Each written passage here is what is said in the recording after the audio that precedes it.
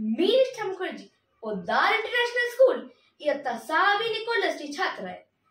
आज मी तुमच्या समोर डॉक्टर आनंदीबाई गोपाळराव जोशी यांची मी व्यक्तिरेखा करणार आहे। नमस्कार, मी डॉक्टर आनंदीबाई गोपाळराव जोशी, भारतातील पहिली स्त्री डॉक्टर।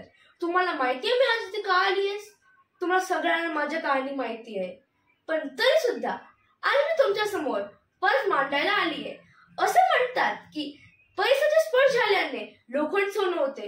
हे कितपत मला खरं माहिती नाही, पण मला एवढं माहिती आहे आमच्या ह्यांच्यामुळे आयुष्याचे सोनं झाले।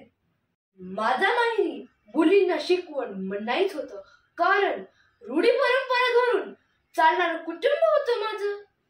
मुलींना शिकवण पाप मानून जातात त्या काळी। बाईने चूल लिहून घोटून घोटून सांगायचे, पण जगात अशा काही माणसे असतात ज्यांना कारचं पुढेच लग्न करून देतात। असे फार कमी माणसे असतात।